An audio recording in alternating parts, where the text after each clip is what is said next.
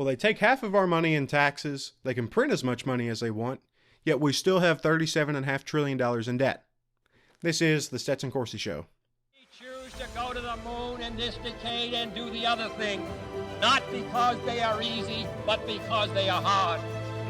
The only way they can inherit the freedom we have known is if we fight for it, protect it, defend it, and then hand it to them with the well-taught lessons of how they in their lifetime must do the same. In the last generation, the only way to God was through Christ. In this generation, the only way to God will be through Christ. I want to be remembered for courage for my faith. That would be the most important thing. The most important thing is my faith in my life. Welcome back, everybody. Thank you for tuning in to the second episode of the Stetson Corsi Show. I'm excited to have you here. Today, we're going to be talking about our economy and talking about some subjects I love, the national debt and the Federal Reserve. I should correct, I don't love those things, but I love talking about them. So let's get into it. So what exactly is the Federal Reserve and what do they do? Well, the Federal Reserve was created in 1913 after a couple of banking scares, the biggest of which being in 1907, where figures like J.P. Morgan had to bail out the banks. The idea behind the Federal Reserve is simple. It's to stabilize the economy. Now, how do they do this? Well, the biggest way that they do this is through interest rates. Interest rates are the ones that everybody knows, and we talk about it all the time, especially those of my friends in the real estate world. The idea with interest rates for the Federal Reserve is that they will lower the rates to get people to spend more money, to borrow more money, to really stimulate the economy. Now, this runs the risk of increased inflation.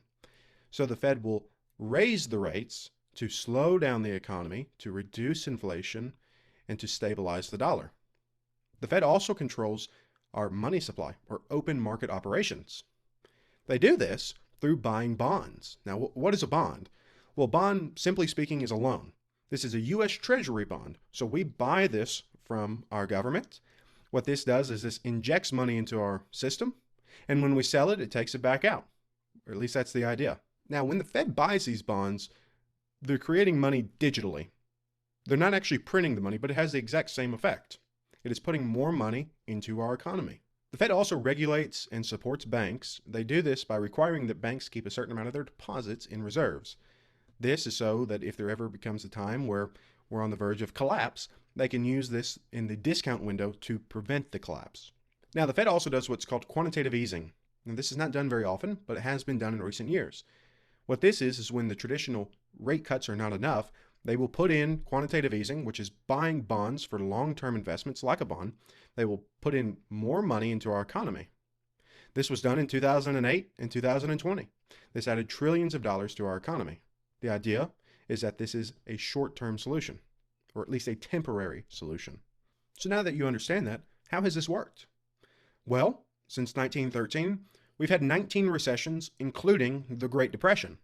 Now, let me be clear. Recessions happened before the Federal Reserve was created, yes. But the goal behind the Federal Reserve was to prevent it from happening. Yet now, we have them on average of about every 6 years. This is problematic. In fact, every single recession after World War II has been started after the Fed increased interest rates. We've also seen the disappearance of our dollar. The value of the dollar has gone down 97%. You're hearing that correct. It has gone down 97%. We've lost it. That means $1 in 1913 is equivalent to $36 today. It also means that $1 today is equivalent to 3 cents in 1913. The value of our dollar has gone away. I believe that the Federal Reserve also resulted in the loss of the gold standard, which has also resulted in the loss of the value of the dollar. In 1933, FDR got rid of the private ownership of gold. This immediately devalued the dollar by 40%. And in 1944, our dollar became the backing of the world. So other currencies around the world were backed by our dollar, and our dollar was backed by gold. And we were backed at $35 an ounce, and that continued. It was very steady. In 1971, we got rid of the gold standard completely, and we became what is called a fiat currency. Means that we are backed by nothing but the good and faith of our federal government. Yeah, we're backed by nothing.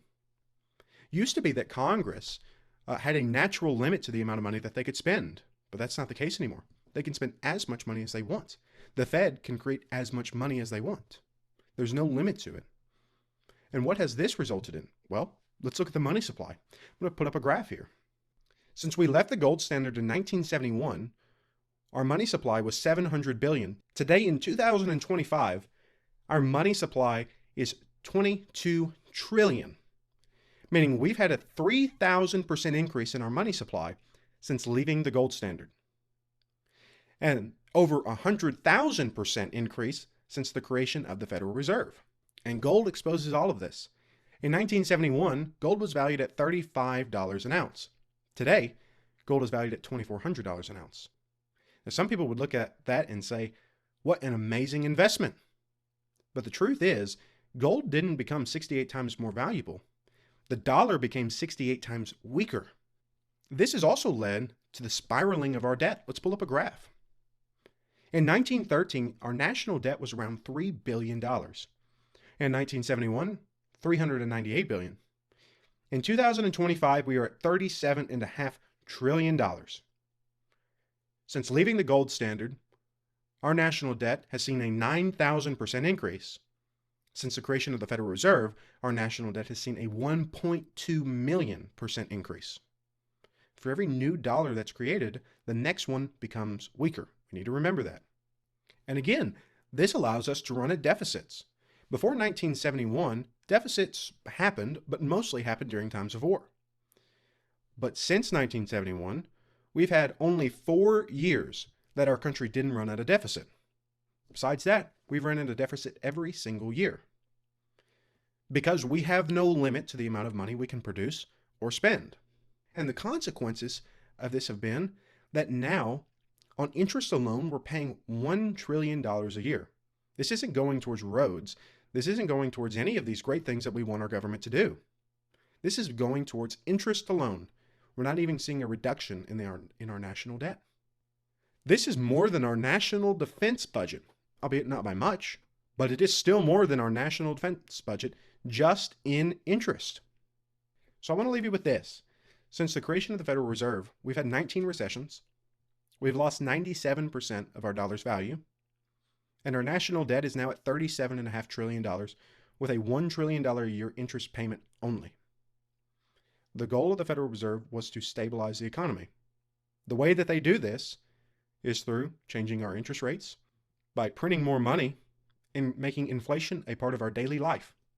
But even that's not working. So I think the question becomes, not what does the Federal Reserve do, but who does it protect? And if it's not protecting you, if it's not protecting me, then who is it protecting? And why do we still have it in place? Hopefully this has opened your eyes and it's making you think. Maybe you've never heard this, maybe you've never thought about it. This is a very important issue because this affects everyone. So thank you. Wow, what a wonderful episode. I know you loved it. You're thinking this guy is not only smart, but he's charismatic and handsome. He's a full package. I know you want more. So click here on the side. Watch this video and subscribe. That way you can see more.